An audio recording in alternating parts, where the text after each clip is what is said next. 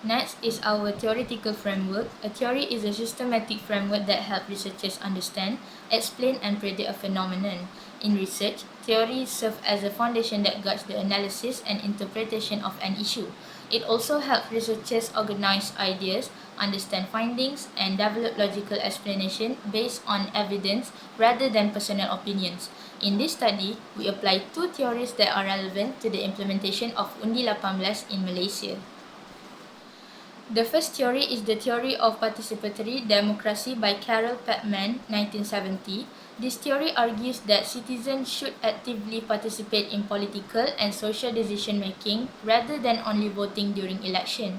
It also explains that active participation helps develop political knowledge, civic responsibility, and democratic values. In the context of Undi 18, this theory is relevant because lowering the voting age allows more young people to participate in election and encourage them to become more actively involved in the democratic process. Next is the political representation theory by Hannah Pitkin, 1967. Pitkin defines representation as the process of making presence against, which means that elected representatives speak and act on behalf of the people. In other words, they are responsible for voicing the public opinions, needs, and interests in political decision making. This theory is relevant to Undi 18 because lowering the voting age to 18, youth are given the opportunity to participate in election, voice their opinion, and ensure that their interests are represented in the political system. Now, I will explain our research methodology. The study used the qualitative research method. According to Creswell 2012, qualitative research focuses on exploring and understanding the meanings that individuals or groups associate with social issues. We choose this method because it allows us to gain a deeper understanding of the implementation of Undi 18 in Malaysia. For data collection, we use secondary data from reliable sources such as journal articles, books, government reports, official publication, online news, and other trustworthy online sources. These materials provide relevant information on the challenge, impact, and future prospect of Undi 18. Lastly, for data analysis, we examined and interpreted all the collected information to identify common themes and key findings. This analysis helped us better understand the implementation of Undi 18 and draw conclusions based on reliable evidence. The constitutional amendment was passed unanimously by Parliament in July 2019. It lowered the minimum voting age in Malaysia from 21 to 18 years old and also introduced automatic voter registration or AVR. This system allows eligible citizens to be automatically registered as voters once they reach the age of 18 without needing to register manually.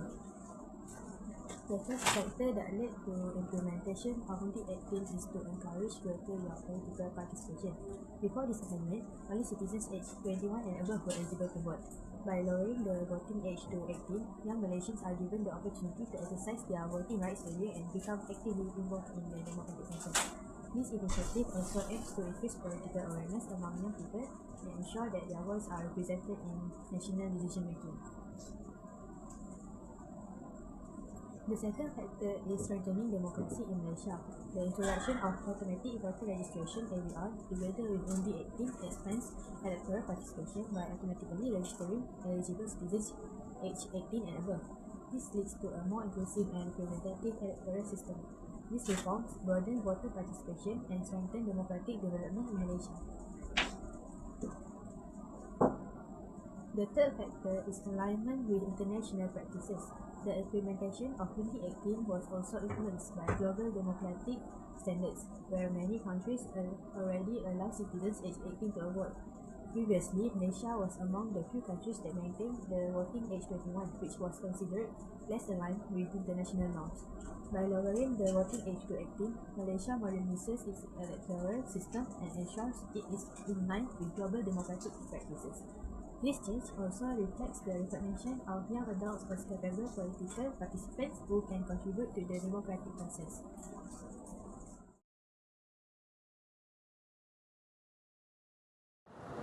Next, let's look at the main challenge of implementing Vote 18 in Malaysia.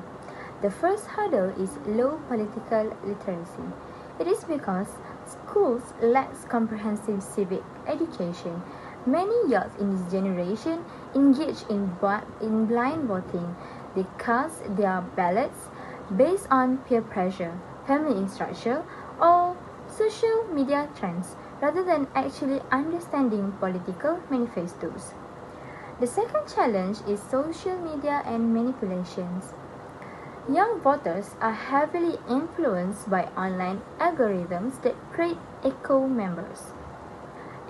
chambers, showing them only biased content. This is worsened by cyber troopers who weaponize fake news, slander, racial, or religious rhetoric to distort the facts. In short, while lowering the voting age expands democracy, it cannot truly succeed without fixing a political illiteracy and tackling online manipulations. Moving on to the next challenge of vote 18 in Malaysia, as highlighted, we have low cognitive maturity. At the age of 18, many young are in a critical stage of life transitions. They typically lack financial independence and broad life experience, as most are just finishing their secondary school or entering a tertiary educations. This limits their perspective on long-term national policies. Because of this developmental stage, young voters are often easily swayed. It is because they are highly vulnerable to external pressures from their immediate social circles and can be easily taken in by populist promises. These are political campaigns that offer immediate short-term gratification rather than sustainable long-term solution for the country. Therefore, granting voting rights at the age of 18 means we must also find ways to guide them, ensuring they can look past short-term perks and make mature, informed decisions for the nation's future. Thank you. Consequently, public perception regarding this reform remains highly polarized and divided into distinct ideological camps. On one hand, the progressive camp, which includes civil society leaders, academic reformists, and human rights advocates, views the policy as a landmark democratization mechanism.